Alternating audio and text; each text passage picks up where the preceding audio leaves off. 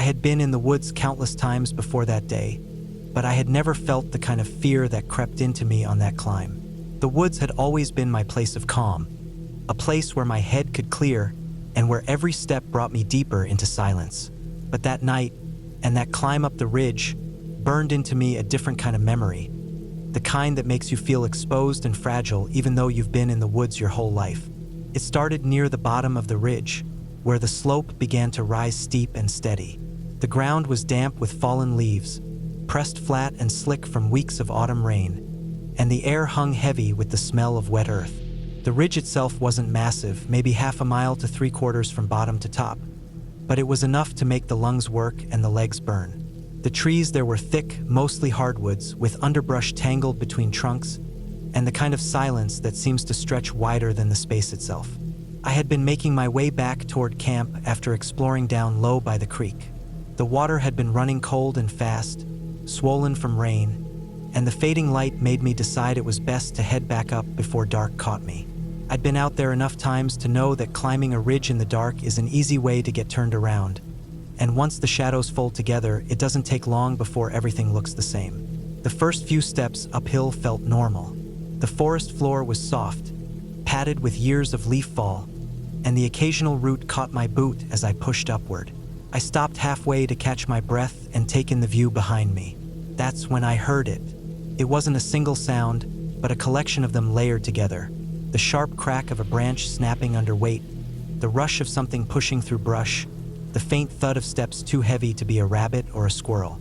I froze instantly, my chest tightening as the noise carried through the slope below me. It was deep, low, and unmistakably big. I stood there, listening hard. The woods that had been quiet just moments ago now seemed to echo with movement.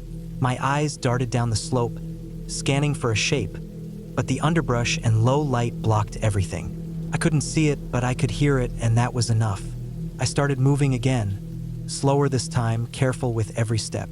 The ridge stretched above me, but all I could think about was what was down below. The sound hadn't gone away, it followed.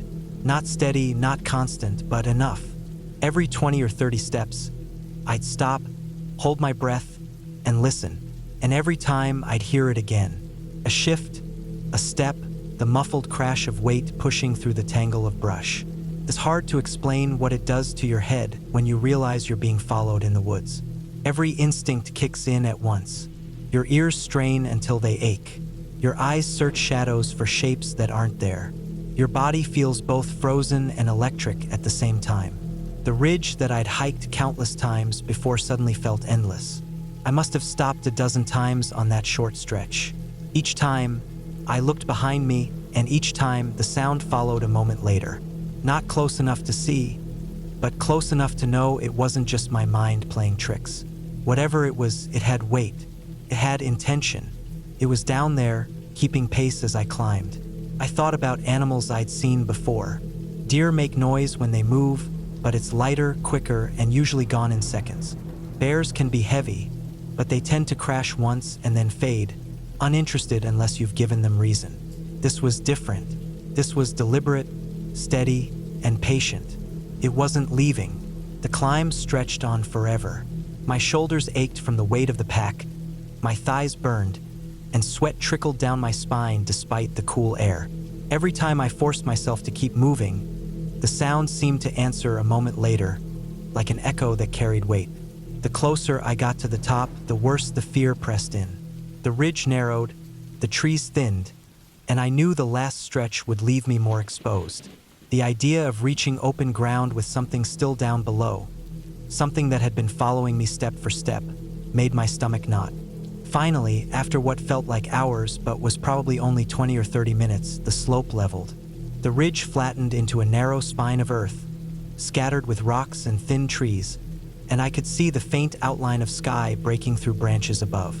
I reached the top, heart racing, and turned around one last time. The woods below were dark, layered in shadows, thick enough that nothing moved visibly. But I stood there, frozen, staring down, waiting for something to step out. My ears strained, but the sound had stopped. Silence pressed heavy, thicker than before. I didn't know if it was still there, hiding just out of sight, or if it had melted back into the forest the way animals sometimes do. I waited longer than I probably needed to, standing there on the ridge, scanning, listening. The forest held still. No crack, no movement, nothing but the faint whistle of wind through branches high above. My hands were shaking as I finally turned and made my way along the ridge toward camp. That night, I barely slept.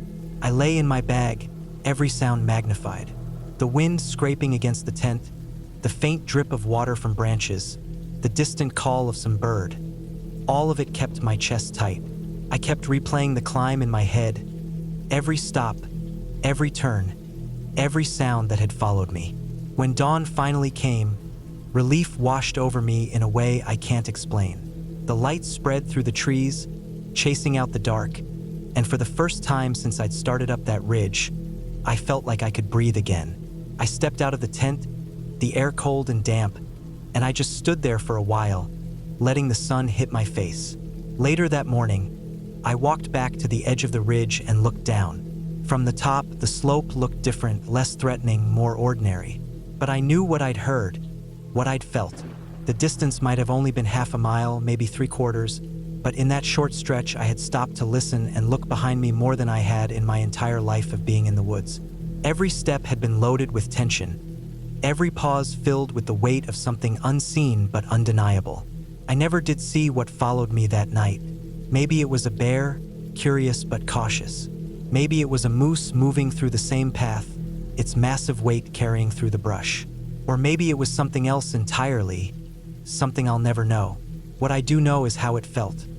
How raw and real that fear was, how close the presence pressed without ever showing itself, how the climb stretched longer than any I'd ever done before.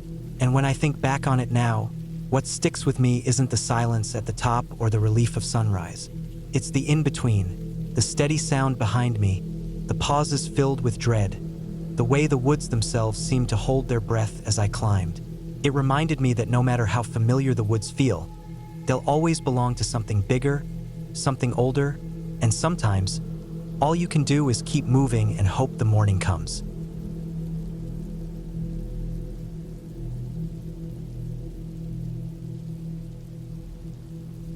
I had been looking forward to that hike for months. Summer in the Adirondacks always has a way of calling me back, even when I try to plan trips elsewhere. Something about those forests near Old Forge, New York, keeps pulling at me. The heavy pines, the damp soil underfoot, the smell of moss and wet leaves even in the heat of July. That morning I had set out early, eager to get a few miles in before the sun got too high. The plan wasn't anything ambitious, just a long loop I had mapped out from memory and trail markers, the kind of route that would take me in and out of some quieter areas where fewer people go. The trail was familiar, but even on familiar paths, the woods never feel exactly the same twice. The light was different that morning. It came down in long, pale beams through gaps in the trees, making the air look almost smoky. The ground was damp in patches, not from rain but from the kind of morning dew that seems to hang on well past sunrise in those shaded forests. I carried a small pack with the usual water, a snack, my knife, a flashlight, a basic first aid kit, and bear spray just in case. I wasn't really thinking I'd need the spray. In all my years hiking there, I had only seen black bears from a distance, usually just a glimpse of their backsides disappearing into the trees. For the first few miles, it was peaceful. The only sounds were the scuff of my boots on the dirt and the occasional rustle from a squirrel or chipmunk darting across the trail. Every now and then a bird call carried from deeper in the trees, that hollow echo that only happens when you're far from open fields. I let myself get lost in the rhythm of it, step after step, breathing steady, arms swinging naturally. By late morning, the sun was climbing higher, and the air had warmed enough that I unzipped the front of my shirt a little. I had stopped for a drink of water, leaning against a mossy rock, when I noticed a faint smell drifting through the air. At first, I thought it was just the usual damp, earthy scent of the forest, mixed with pine resin. But there was something sour in it, sharp in a way that didn't quite belong. I figured it might be from something rotting nearby, a deer carcass maybe, or just wet leaves gone sour. I kept walking, though I noticed the smell got stronger in a particular stretch of trail. My steps slowed without me realizing it. my body already more alert than my mind was admitting. That's when I noticed the faint sound of metal clanging somewhere off to the left, deeper in the trees. I stopped. The sound carried oddly, muffled by the woods but still distinct. Metal against metal, irregular, like something shifting against a dumpster lid. That made me pause. Dumpsters aren't exactly a natural part of a hike. But then I remembered there was a service road not too far from that stretch, and sometimes old dumpsters were left near trailheads or cabins. It made sense. What I didn't expect was to step forward another 20 or 30 feet and suddenly freeze in place. There, not more than 30 feet ahead, was a black bear. He was big, much bigger than the ones I had glimpsed before. I'd put him at 250, maybe 300 pounds. Thick neck, fur that looked almost brown in the sunlight, though I knew better than to think he wasn't black. He was standing low at first, his head angled toward the side of the trail where I now noticed the edge of a dented dumpster half hidden behind brush. Clicked in my head instantly. He had been at the dumpster, digging for scraps. But then he turned his head toward me. There's a particular feeling when a wild animal really locks eyes with you. It isn't curiosity the way a dog or cat might look at you. It's assessment, cold, deliberate, and heavy. His face was only half visible under the shadow of the trees, but I could see the wet glint of his nose twitching as he scented the air. My heart started pounding so hard it felt like it was shaking my ribs. I knew black bears weren't usually aggressive. They'd rather avoid you if they can. But this one wasn't turning away. In fact, as I instinctively took a step back, I saw his body shift. Slowly, he rose up on his hind legs. The motion was too smooth, too deliberate, and it made him look even bigger than he already was. His chest lifted, fur stretched, front paws dangling in front of him. I had read about this, bears standing to get a better view, to sniff the air more clearly. But in that moment, all the knowledge in my head didn't matter. My body was screaming one thing, danger. I froze for a second too long. My throat was tight, my palms slick. Every instinct told me to run, but another part of me remembered every warning I had ever read. You don't run from a bear. You don't challenge it either. My only real thought was to make myself less of a threat and create distance. Slowly, carefully, I took a step backward. My boot landed on a dry stick that snapped loudly, echoing through the trees.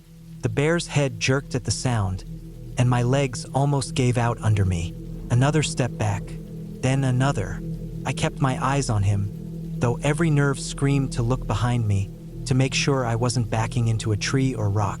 My breathing had gone shallow, short gasps I couldn't control. I felt like the air around me was tightening with every step. The bear shifted again, dropping back onto all fours, but instead of turning back to the dumpster, he stepped forward into the middle of the trail. His claws scraped against a stone as he walked, the sound impossibly loud in the silence. I couldn't tell if he was curious or if I had just interrupted his feeding, and now he was trying to decide what to do about it. Either way, he was between me and the trail ahead. My only option was to keep retreating. I must have backed away for nearly 50 yards before I dared slow down. My legs felt unsteady, rubbery, but I forced myself to keep control. I finally risked a glance over my shoulder, checking that the trail behind me stayed clear. When I looked back, the bear had turned slightly, his head angled once more toward the dumpster. Relief didn't wash over me immediately. I was still trembling, still waiting for him to decide I was worth following after all. My hand was already on the bear spray at my hip, fingers trembling so hard I doubted I could even pull the trigger if I needed to. For what felt like forever, I kept retreating. My eyes never left him. Finally, when I was far enough that the trees started to thicken and his shape grew smaller in the shadows, I let myself turn and walk faster. My steps were uneven at first, more like stumbles, but soon I was practically speed walking, forcing my breath to steady even though my heart hadn't calmed. The rest of the trail out was a blur. Every sound made me flinch. Every rustle of leaves in the underbrush made me snap my head around, expecting to see that bear following me silently. The woods didn't feel peaceful anymore.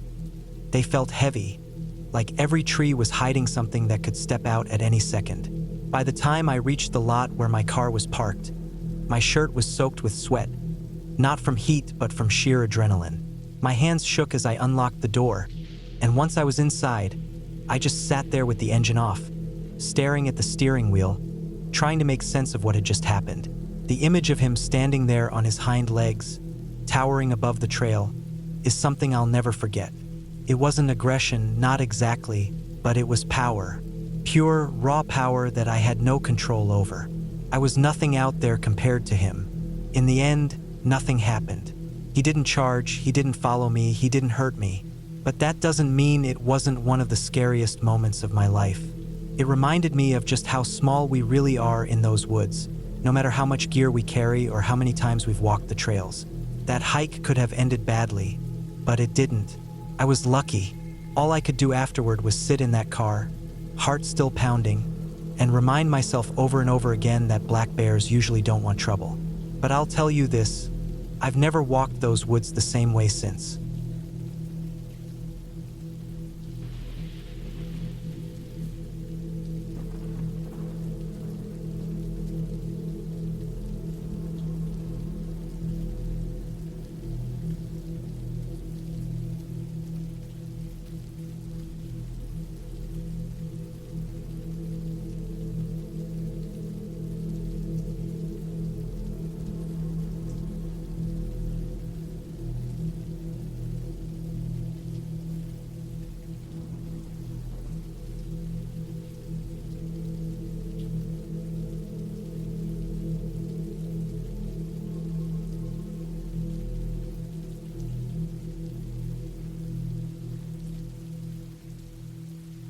I was camping alone on a beach a few years ago, and I can still remember every single detail of that night like it happened yesterday.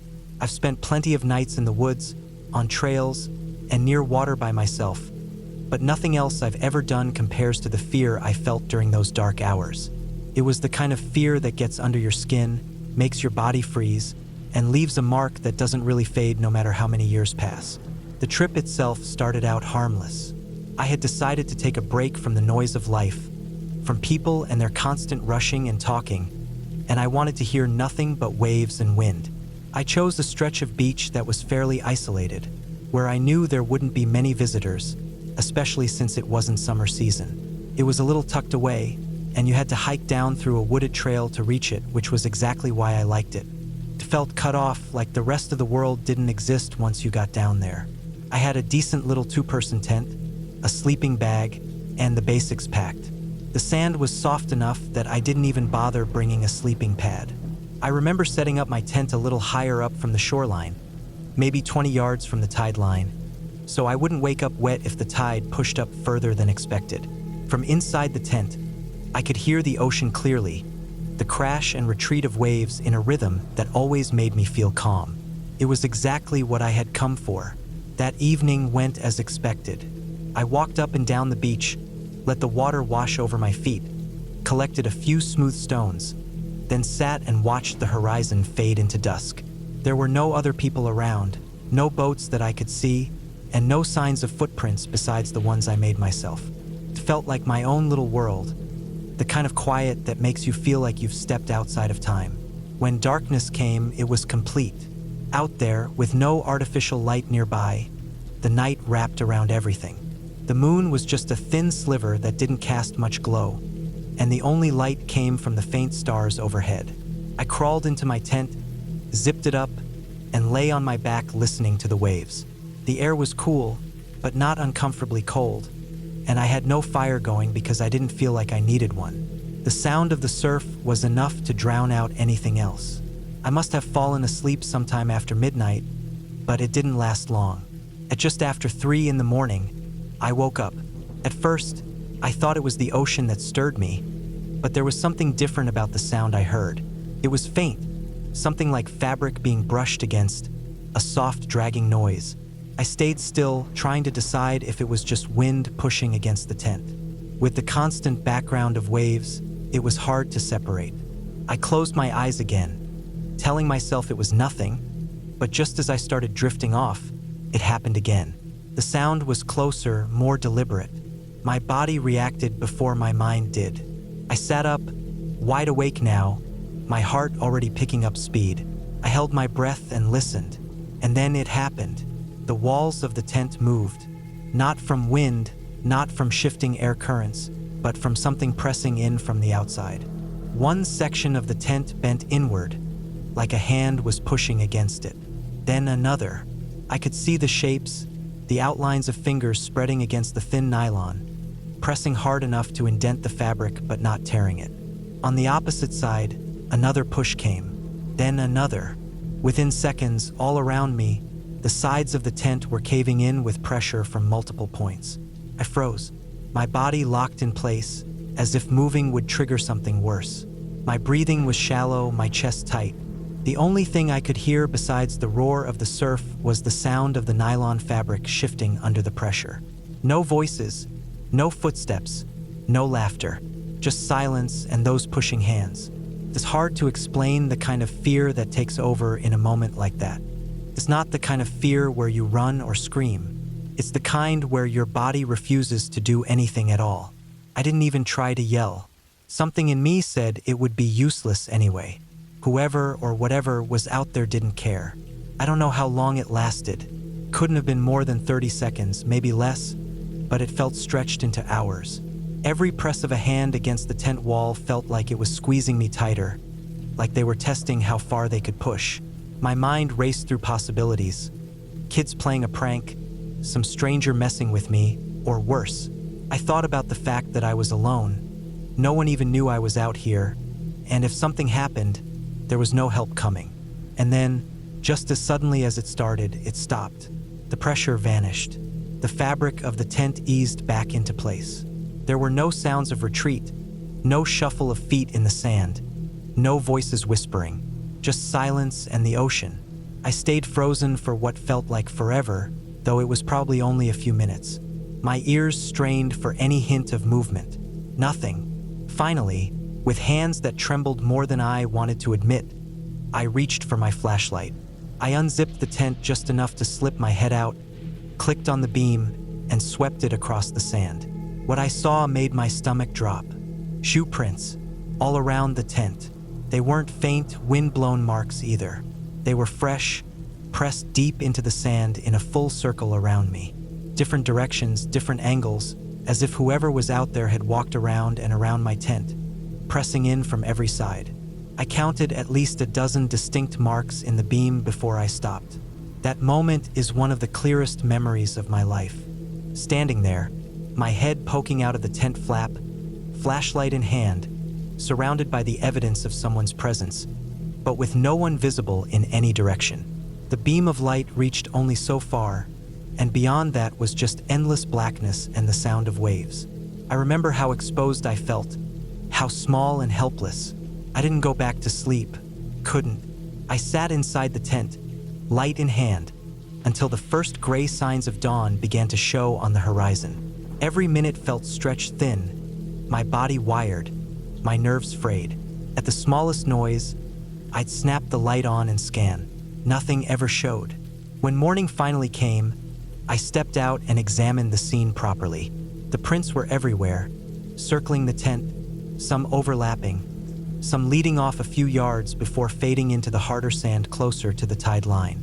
There was no sign of who made them, no dropped items, no cigarette butts, no trash. Just the prints. Whoever it was, they had come, surrounded me, pressed their hands against my tent, and then left without a sound. I packed my things fast that morning. I didn't eat breakfast, didn't linger. I stuffed the tent into my pack, shouldered it, and walked back up the trail with my heart still beating hard. The whole hike back to my car, I couldn't shake the thought of how quietly they must have moved. Sand isn't a silent surface, yet I hadn't heard a single step. The only sounds had been the brushing against the nylon and the pressure of those hands. To this day, I don't know who it was. Maybe it was kids, like I tried to convince myself, though what kids are running around isolated beaches at 3 in the morning? Maybe it was someone looking to scare me, or maybe worse. Whatever the case, I've never been that scared in my life before or since. I've camped in bear country, I've heard coyotes circling at night, I've even had storms rip through the woods while I was in a tent, but nothing compared to the feeling of being targeted by people in the dark. The strange thing is, nothing actually happened to me. I wasn't hurt, nothing was stolen, I wasn't even directly confronted. But that's exactly what makes it worse. Whoever was out there wanted me to know they were there. They wanted me awake, aware, and afraid. They didn't want anything else, at least not that night. And that's what has kept me up at night ever since, years later, the not knowing what they wanted or why they left when they did. I haven't camped alone on a beach since then. I probably never will.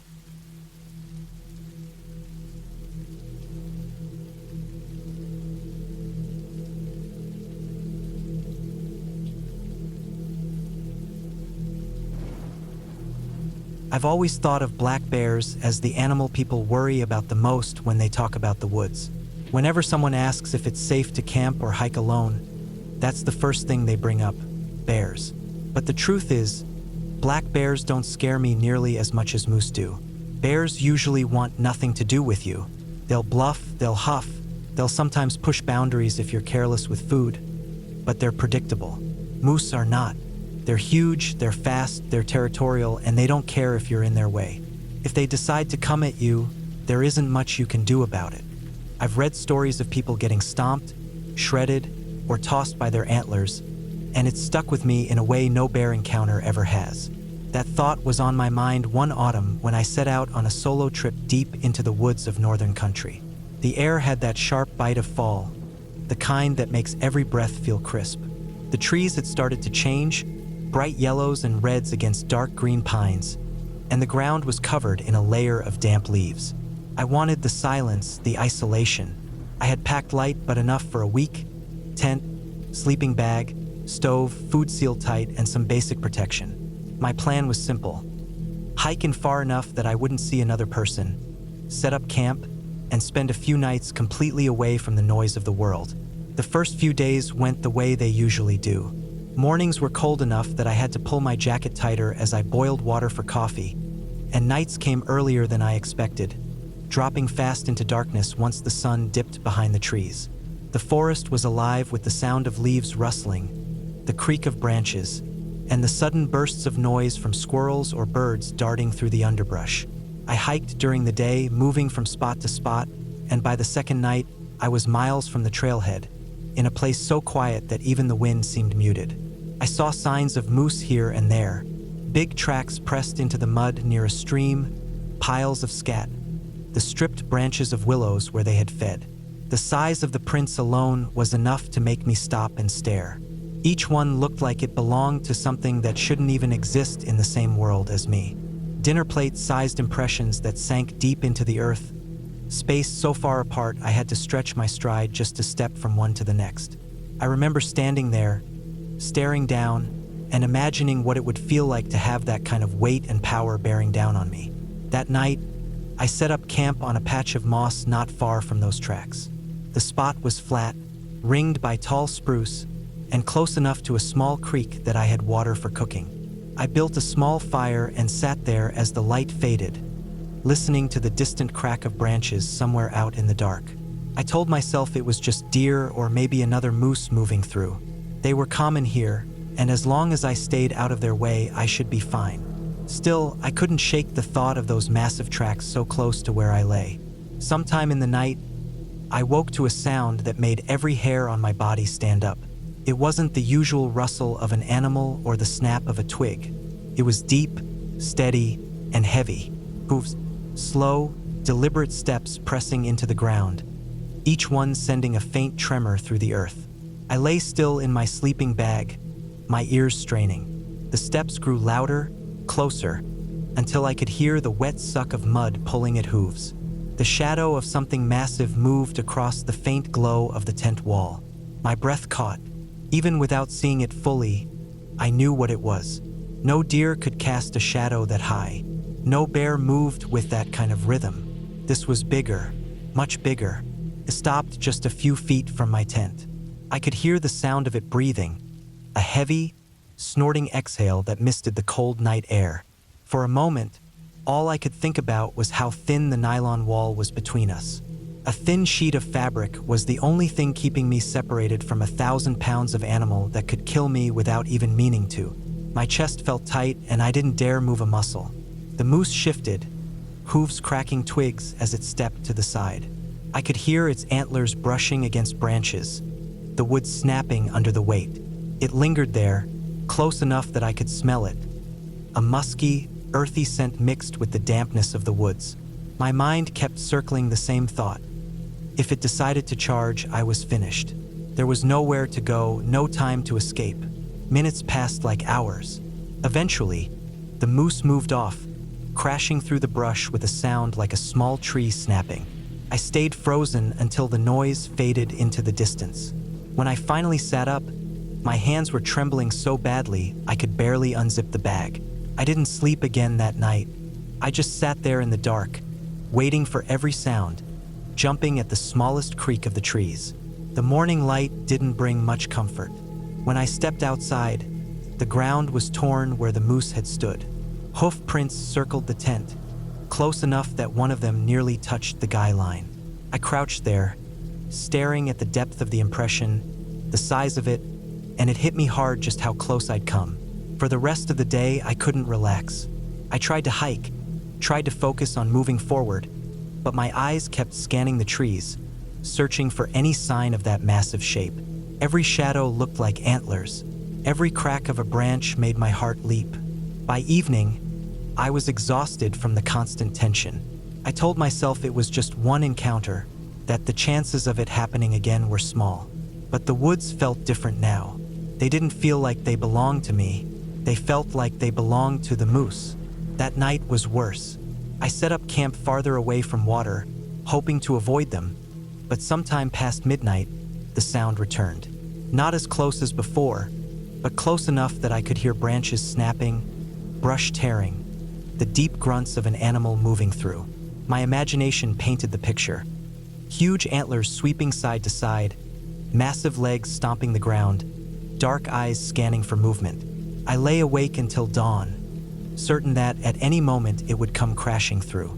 By the third day, I knew I couldn't take it anymore. The fear wasn't just passing through me. It had settled deep, twisting in my chest with every step I took. I didn't want to risk another night like that. I packed my gear and started back. My body sore and my nerves shot. The trail felt longer on the way out, every sound pulling my attention, every shadow looking like something about to step out. Hours later, when I finally saw the faint sign of the trailhead through the trees, the relief was so strong it felt like a weight lifting off me. I kept walking, one foot in front of the other, until the forest finally opened up and I was back at the edge of civilization. Only then did I let myself breathe fully again. I've camped and hiked in plenty of places since then, and I've seen my share of animals, bears, coyotes, even wolves at a distance. But nothing has ever left the same mark on me as that encounter with the moose. It wasn't about aggression or malice. It was about sheer size, power, and unpredictability. A moose doesn't have to want to hurt you to kill you. All it has to do is be in the wrong place at the wrong time. That night in the woods reminded me that no matter how much experience you think you have, no matter how careful you are, there are things out there you can't control. A moose isn't like a bear or a wolf that you can read or react to. It's a force of nature, blind and heavy, and if it decides to move through you, you won't stand a chance. I walked out of those woods alive, but I'll never forget how it felt to lie in the dark, a thin wall of fabric separating me from something that could have ended me in seconds. Every time I zip up my tent now, I think about that moment, and the truth is, I'd take my chances with a black bear any day. At least with a bear, I'd know what I was up against. With a moose, you don't get that choice.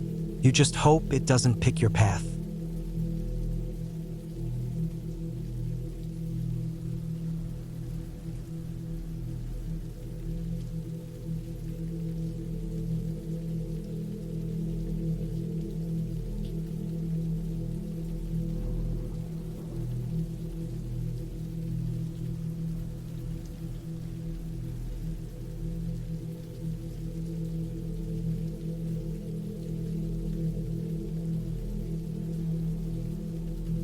I had been camping in the deep woods for a few days when it happened.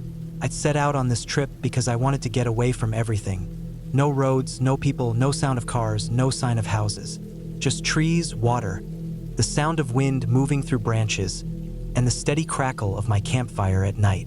I'd been hiking all day through thick forest, carrying my pack along narrow trails that had probably only been used by animals for years. By the time I found a place flat enough to pitch my tent, the light was already fading. I set up camp quickly, laid out my sleeping bag inside the tent, and got a small fire going before the forest turned completely black. That first night was quiet. I could hear owls somewhere far away and the occasional snap of a branch from an animal moving through the brush, but nothing close enough to worry me. I was used to the way the woods come alive at night, how every noise sounds louder when you're lying there in the dark, how your mind tries to put shapes and faces to shadows. I'd done enough solo trips to know most of it was harmless, and if I let myself relax, the sounds would blend together into a background hum that was actually kind of comforting. I slept well that night, tired from the long hike, and woke up early with the rising sun. The second day was much the same. Hiking, setting up a new spot a little deeper in, cooking a simple meal, and letting the silence of the woods settle around me. I wasn't worried about bears or wolves. I had my bear spray, I kept food sealed, and I'd done this before. Still, there's always a feeling when you're that deep out, when you know you're miles from anyone else, that you're in a place where you aren't really in control. Out there, you're just one more animal moving through the forest. The trees are bigger, the rivers are stronger, and the things that live there, moose, bear, whatever else, don't care that you came for peace and quiet. By the third night, I'd set up camp near a clearing not far from a small creek. The ground was soft with moss, and the trees around me rose so high that I could only see slivers of sky through their tops. I remember how still the air felt that evening. The fire smoke barely drifted at all, and the woods seemed heavy with silence, as if everything had paused. I cooked. I sat by the fire. I listened to the quiet. When I finally crawled into my tent, the night was dark, but calm. I zipped up the door, laid back in my bag, and let the small sounds of the woods lull me towards sleep. It was sometime in the middle of the night when it happened. I didn't know the exact time, but I knew it had been hours since I'd gone to bed. I was deep asleep when a noise jolted me awake. At first, it was just a heavy crack, with splintering, branches snapping. My mind tried to shake off the fog of sleep, and then the sound grew louder. It wasn't a single branch breaking. It was a storm of breaking wood, the sound of trees and brush being torn apart by something huge moving fast. It hit me all at once, like being shaken awake by the earth itself. It sounded like a freight train crashing through the woods, barreling straight through the trees. The ground shook under me as the sound came closer. My heart hammered instantly, and I froze in place, too shocked to even think of moving. I'd heard deer run before. I'd heard the crashing of smaller animals in the dark. This was not that. This was heavier, faster, louder. Before I could process what it was, the noise was on top of me. Something massive thundered past my tent, so close that I could hear its lungs pumping, the slap of hooves hitting the ground, the wild thrashing of branches being ripped aside. The walls of the tent quivered as the air seemed to push around me. It went past in a blur of sound and force, and for those few seconds I couldn't even breathe. I lay there, flat on my back, not daring to move, certain that at any moment the whole thing would crash down on me. Then, just as suddenly as it came, it was gone. The crashing moved off into the trees, fading quickly as whatever it was ran deeper into the night. Silence dropped heavy again, broken only by the pounding of my heart. I didn't move for a long time. I lay there with my eyes wide open, staring into the dark ceiling of my tent, listening to every tiny sound that followed. A drip from a tree branch, the creak of the fabric as I shifted slightly, the sound of my own shallow breathing. My mind tried to catch up with what had happened. The sound, the size, the way the ground shook. I knew it could only be one thing. A moose. I had read before that moose don't have great eyesight, that they move more by instinct and sound. It made sense now. That huge animal had come barreling through the woods blind in the dark, and I had been lying in its path, a thin nylon wall separating me from being trampled by 1,000 pounds of muscle and bone. When I finally let myself breathe again, I sat up slowly, careful not to make noise, and listened. There was nothing. No more crashing, no more running. Just stillness. I unzipped the sleeping bag, sat with my knees up, and waited. I don't think I slept again that night, Every snap of a twig made my chest tighten. I kept picturing what would have happened if that moose had been just a few feet to the side, if it had charged straight through instead of brushing past. The thought of being crushed in the dark, without even time to move, kept circling through my head. When dawn finally came, I stepped outside the tent. The air was cold, and the ground was damp with dew. The first thing I noticed was the mess in the clearing. Branches snapped clean, brush flattened, deep hoof prints pressed into the dirt just feet from where I had been sleeping. I followed them with my eyes, tracing the line of destruction past the tent and out into the trees. It had come so close, no more than 2 feet from where I lay. I walked slowly along the path it had taken, careful not to disturb the prints. The ground told the story clearly. The moose had come from one side of the clearing, running full speed, tearing straight through the brush. His tracks cut across, right past the tent, and then vanished deeper into the trees. I stood there for a long time, staring at those prints, realizing just how close I had come to being killed in my sleep by sheer chance. The rest of the morning, I felt shaken in a way I couldn't shake off. I tried to make breakfast, tried to calm down, but my hands wouldn't stop trembling. The woods didn't feel the same anymore. They weren't calm or peaceful. They felt heavy, unpredictable, and dangerous in a way I hadn't felt before. I'd known there were risks coming out here alone, but until that night, it had all felt like something I could prepare for, something I could manage. Bears, weather, even injuries, I could plan for those. But the thought that a moose could just barrel through camp in the night, blind and unstoppable, missing me by a couple feet, that was different. That was chance. I spent that whole day thinking it over. Part of me wanted to pack up right then and hike back out, but another part of me stubbornly stayed. I told myself it had been a freak moment, that it was gone, that it wouldn't happen again. Still, I couldn't stop imagining it. The weight of it passing by, the sound of its hooves slamming the ground, the way the whole forest seemed to shake. I'd been lucky, and I knew it. That night, when I lay down in the tent again, I felt exposed in a way I hadn't before. Every sound put me on edge. When the wind picked up, I thought it was crashing again. When something small moved through the brush, I sat up straight, heart pounding. Sleep barely came, and when it did, it was shallow and broken. The next morning, I made the decision. I packed up my gear slowly, folding the tent, stuffing the sleeping bag, tying everything down. I stood for a while in that clearing, looking at the place where the tracks had been, and I felt a mix of gratitude and fear. Gratitude that I was alive, that I hadn't been in the direct path. Fear at knowing how close it had been, how little control I had in that moment. The hike back out was long and quiet. I kept glancing into the trees, half expecting to see another shape moving through them. The woods still looked beautiful, still smelled of pine and earth, still felt endless, but the peace I had come for was gone. All I could think of was how thin the line had been between waking up that morning and not waking up at all. When I finally made it back to the trailhead, my legs were tired and my pack heavy, but the relief that washed over me was stronger than anything else. I had wanted solitude, I had wanted quiet, but what I got instead was a reminder of just how unforgiving the deep woods can be. Out there, you aren't in charge.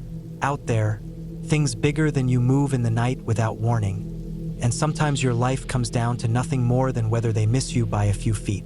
That was the closest I had ever come to death in the woods, and it wasn't from a predator or a storm.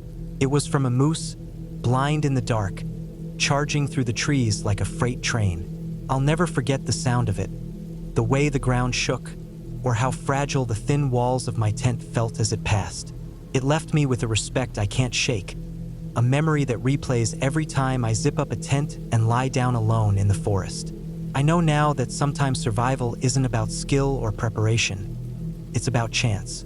That night, chance was on my side, and that's the only reason I walked out of those woods alive.